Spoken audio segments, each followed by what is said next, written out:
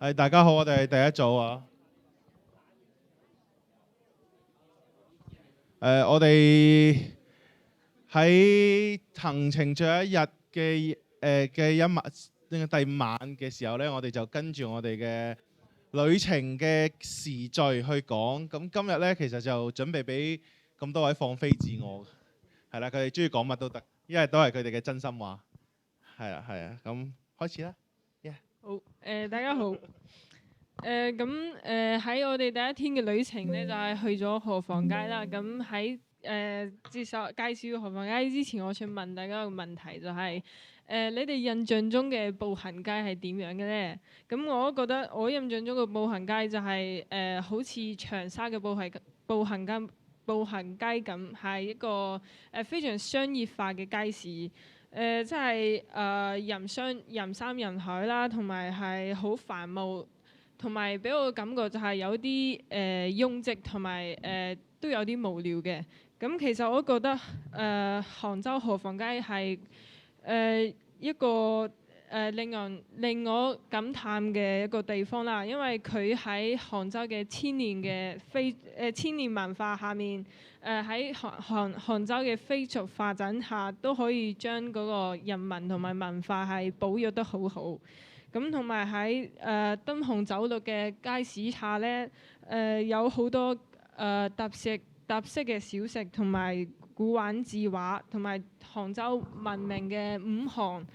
呢個同埋嗰個胡慶餘堂都係伴隨着佢嘅商業發展，而保持住一個保護同埋發展嘅平衡。佢杭州係冇一味嘅拆除呢啲老字號嘅，反而係讓古建築同埋呢啲老記憶係俾全場傳揚光大。咁其實喺河房街雖然呢個時間比較短啦，但係我都可以喺呢度放下咗喺香港學習嘅疲憊啦，同埋得到一個舒展嘅機會，同埋咧我都係體驗到咗城市喺飛速嘅發展下都可以保持住一個保育同埋進步嘅一個平衡。好，有請下一位同學。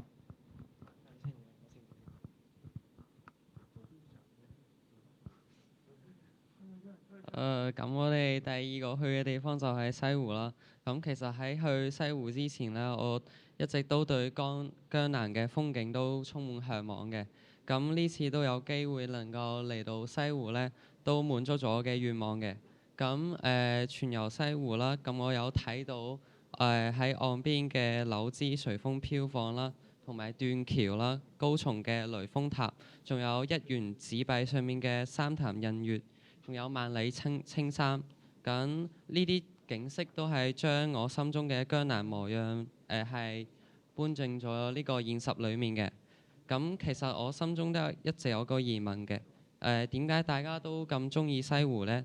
直到親身泛舟湖上，先真正明白。我諗係因為佢遠離咗城市嘅喧鬧，喺唔同嘅季節都有佢獨特嘅江南景色同埋寧靜嘅環境。可以讓人感到十分愜意同埋舒適，沉醉於呢個美景之中。咁喺西湖之行結束之後呢，我依然回味無窮嘅，係我心中留下咗一個深刻嘅回憶。咁我都希望下次有機會，我都可以再一次一覽西湖嘅美景。多謝。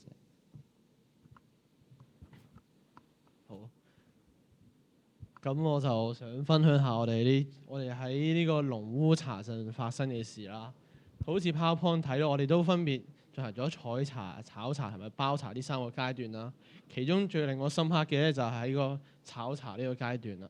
炒茶嗰陣時咧，我哋睇到咧，當嗰個師傅係用隻手咧去炒個茶咧，就感到嗱咁恐怖嘅，用自己同火一樣咁樣接觸好近嘅喎，冇危險嘅咩？但係睇到啲師傅都係好勇敢咁樣，即係去咁樣炒個茶咧，咁就諗到原來佢哋都喺背後可能都經歷咗唔少嘅嘗試啊，又或者佢哋呢個技術嘅呢個本質係咁。除咗呢個龍烏茶陣之外，我想講下我哋成組呢次成個旅程嘅一個經歷嘅。我哋成組咧同你哋，雖然我哋去嘅地方一樣，但係我哋帶出嘅感受都各有唔同。我哋每個組員咧喺我哋想一齊買嘢食嗰陣時候咧，就一齊去等啦。跟住我哋需要幫忙嘅時候都會幫忙。同時咧，我哋喺呢個成個旅程裏邊，我哋都好有耐性同埋呢個好呢個正面嘅態度去支持，俾我哋學識到我哋呢個團體嘅精神嘅重要性啦，以及呢個俾我可以認識到呢班咁好嘅朋友，我都感到十分之高興。希望都有下一次嘅機會去繼續體驗呢啲交流活動。大家好啦，我係林心怡。我想介紹嘅地方就係烏鎮世界互聯網科技館啦。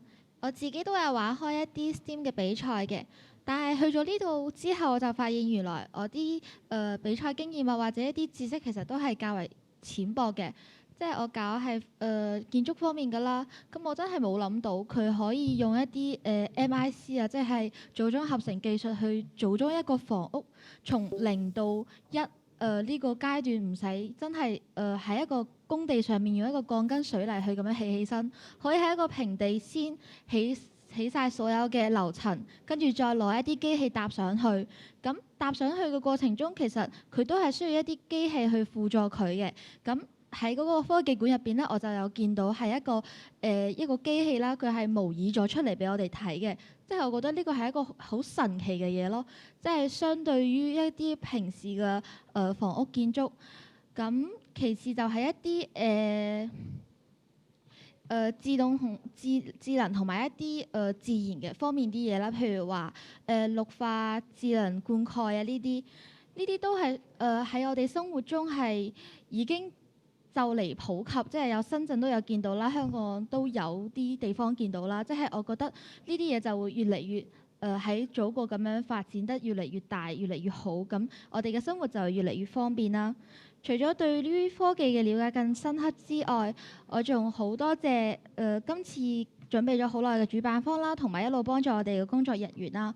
冇你哋個旅程都冇咁順利啦，同埋完美嘅。同埋我想多謝翻我啲團友同埋組長啦，佢哋給予我一啲關懷啦，同埋一啲幫助啦。譬如話情緒低落嘅時候，都會第一時間發現就係嚟問下你有冇事啊，即係俾一啲關心喎，或者一啲鼓勵嘅説話俾翻我咯。係，我分享咁多，唔該。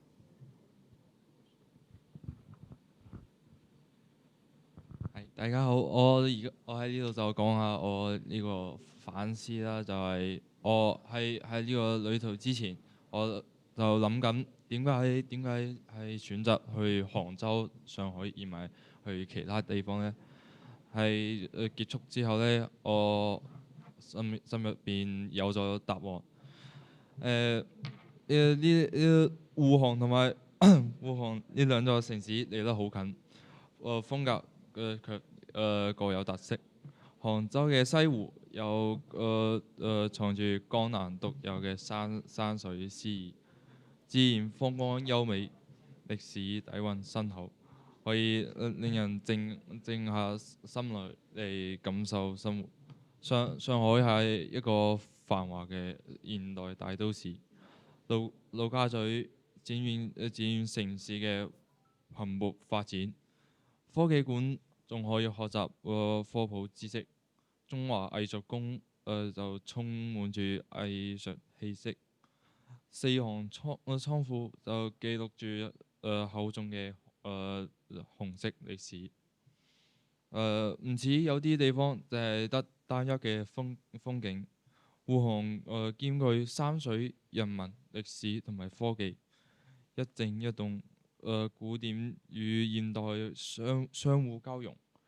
選擇滬杭，我覺得唔只係一次簡單嘅出遊，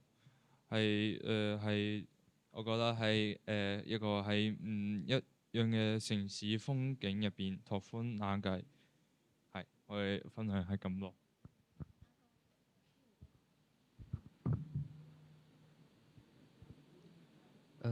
大家好，我今天要介绍的是南京路。南京路作为上海一个知名的景点，它保留了租界对当时所留下来的众多古建筑。这些建筑不但被保留了下来，还作为功能建筑发掘了一种全新的用途。在当时，我沿着南京路前行，看到了两侧所对古建筑所进行的现代化改造。这里的大部分古建筑都成为了用于售卖文创产品及上海特色食物的商店。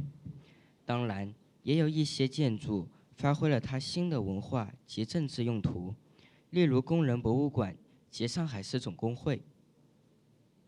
这种建筑的活化保育对于我的启发很深。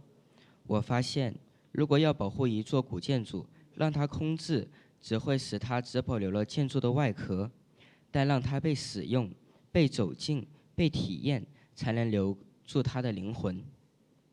这里教会了我一件事：城市的更新不一定要全部推倒重来，让老建筑在新用途里面继续发挥它的作用，才是更聪明的保育方式。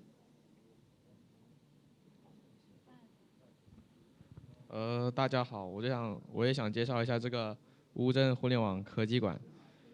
首先进入馆内，那些前沿的科技就令我感触很深啊。馆内有很多能对话互动的智能机器人，包括在我们自己家居方面，亦或者是在城市管理方面。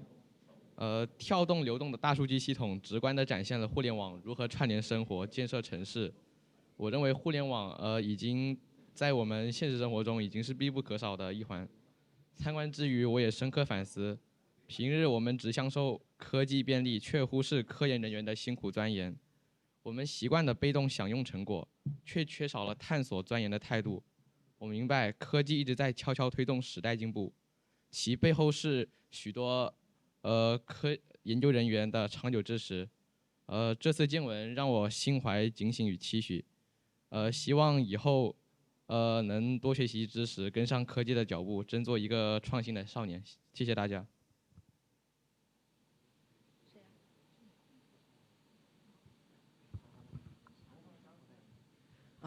各位好，我是曾志杰。来到这次的交流团，让我获益匪浅。在科技方面，我第一次来到杭州和上海，参观了机器人博览中心，认识了新科技是如何帮助及改善民众生活的。例如，外科手术医疗机器人协助医生完成手术，灭火机器人协助消防员灭火等。也认识了杭州六小龙，见识了国产企业在 AI、游戏、机器人等方面的卓越成就。而在上海科技馆，我看到了丰富多样的体验项目供小朋友体验，例如有微型的风洞，模拟飞机在空中的气流影响。我觉得这样有意思的设施会满足很多热爱科技的同学。而在清明上河图展区，流畅的巨型展示屏幕都让古画生动地展现在观众面前。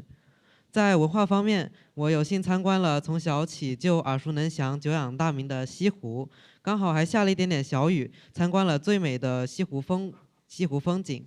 而在采茶的体验中，也学习了西湖的特色茶文化，在博物馆中了解了各种现代化的产品等等。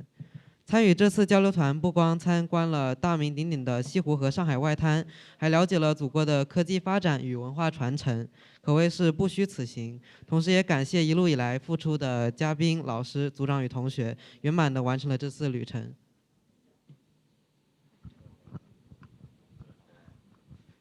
大家好啊！我想同大家分享下我嘅對於呢次嘅少少睇法。我一開始嚟到上海外灘嘅時候，我覺得好震撼。但係我又諗起一個問題：點解上海外灘浦西嗰一邊全部都係一啲非常之西式嘅建築，但係對面嘅浦東又顯得非常之繁華？我就一開始我唔理解呢件事情，但係後邊我深入了解之後，我發現背後係一段歷史，係因為當年上海開埠之後，呢度變咗為租界啦。由外商去建立發展，咁就慢慢變成咁樣一個景象。但係由呢，我又諗起我哋香港都係因為呢個開埠行上咗近代嘅發展之路。兩個城市，一個係長江嘅門戶啦，一個又係南下嘅港灣，都係背靠祖國臨水而起嘅城市，都喺特殊嘅發展之中成長，去見證個動盪，亦都捉住咗佢哋本身嘅地理優勢以及係發展嘅機遇。如今再睇浦西嘅復古洋房同浦東嘅摩天高樓係對望，上海早已經變為繁華昌盛嘅大上海啦。叫做國際大都市，而香港亦都成為我哋中國嘅南大門，叫做都係一個非常之國際化嘅金融中心。我覺得呢啲舊建築其實係關於呢段歷史嘅見證，提醒住我哋之前經歷咗乜嘢，我哋之前經歷咗啲唔平等嘅條約，但係我哋中國係咁樣喺呢啲唔平等嘅條約之下，我哋都繼續發展，先至有依家嘅繁華。我覺得呢啲繁華都唔係憑空而嚟，所以我哋都要銘記歷史啦，唔忘來路，先至可以好好珍惜依家我哋祖國嘅和平同埋繁榮。好多謝大家。到我攞住啦。咁首先想講呢，就係好高興大家有一半以上嘅同學仔係用廣東話去講，係啦，要俾啲掌聲自己。咁我哋唔係話普通話唔好，但係我哋去到任何一個地方嘅時候都要入鄉隨俗。你哋如果將來喺香港讀書，你選擇繼續喺香港進修發展嘅時候，始終呢個都係一個地方嘅語言，你哋要去學習。等於你哋去到英國，你要學英文，你要講英文；你去到西班牙，你要講西班牙文。我哋對語言冇任何嘅歧視，你有自己各自嘅母語，甚至鄉下話。但係去到一個地方，盡量學習人哋嘅語言，你會更加喺一個地方融入一個地方會更加好。係啦，你望咗好耐啦。唔係，其實呢個就我喺網上睇到，我覺得幾好嘅，就係話青年係學習智慧嘅時間，中年係付諸實行嘅時期。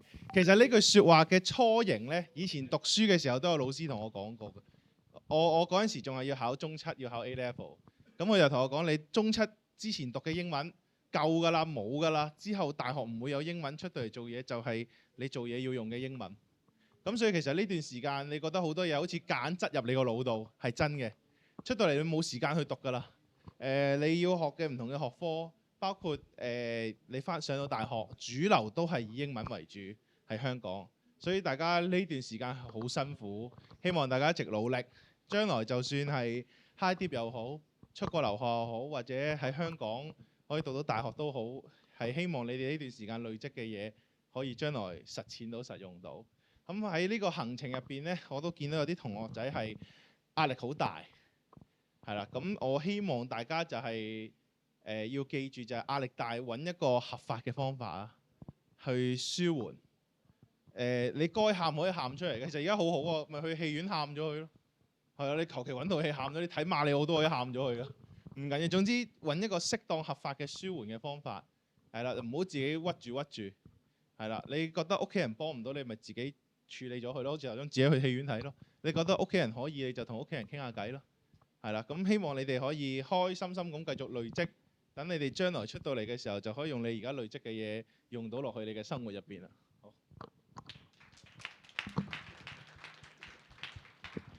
唔該晒第一組嘅分享。